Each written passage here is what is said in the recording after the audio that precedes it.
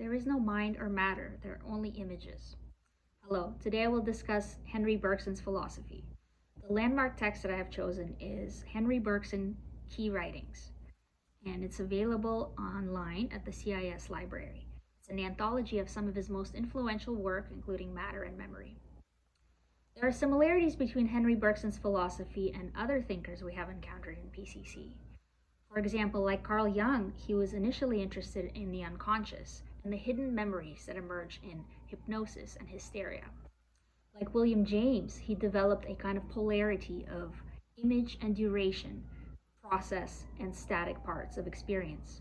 William James likewise used the substantive and transitive parts of experience, which he equated to the flights and perchings of a bird. However, Bergson did not separate image and duration in a way that they were mutually exclusive, but he saw a way to combine them in an interesting way that he called qualitative multiplicity. The way that I describe qualitative multiplicity is with the symbol of the flower of life. So in the symbol of the flower of life, you have intersections of circles, which means there are parts where they superimpose, and there are other parts that remain separate. And in this way, you can have both continuity and heterogeneity in one. And this eventually inspired Gilles Deleuze to write his book on difference and repetition and revive Bergsonism. Also, energy operates this way. The particles of bosons can also remain separate as particles or merge into one field. And photons, there's one example of bosons. Now, qualitative multiplicity is important in our world because we are accustomed to quantitative multiplicity. When we look around ourselves, we see objects that do not superimpose on each other, remain separate. And this creates all kinds of divisions in our thinking, like mind and matter, realism and idealism, the world and the representation of the world. Henry Bergson wanted to do away with these dualities. So he said, there's no mind or matter, there are only images, they're one thing. Now, what does this really mean? For example, when we look at the horizon, we see the space of the horizon and everything that's over there. And then we see there's the mental image that is created in our mental space from the light waves traveling from the horizon towards our eyes. Now, science still doesn't really know where these mental images really are, where they are after they leave the retina. But this is what we're told, that they're two different things. Bergson said they're actually one thing, they're one image, though there still remains this process or space between the two planes of the image on which the image resides. So there is a kind of action happening in between planes, a contraction or a dilation. And this allows for various kinds of processes. This is very similar to Alfred North Whitehead's theory because he believed reality was full of these units of process of varying dimensions, you would say. So reality was coarse and fractal and not smooth like the Newtonian world stage that was the prior worldview.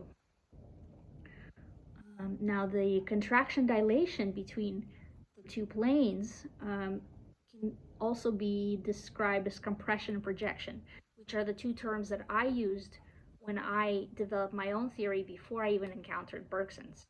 And compression and projections are also the two phases of holography, so this also relates to the holographic universe of David Bohm. The reason I developed my own theory this way is because I was experiencing precognition. And what would happen is I would see a 2 to 3 second moving cartoonish-like image, and the next day there would be a synchronistic event in the physical world that would repeat the motif of the image. So you see, even the artistic quality of the precognitive image was cartoonish and lacked depth, which and then would eventually manifest into a real higher dimensional physical event.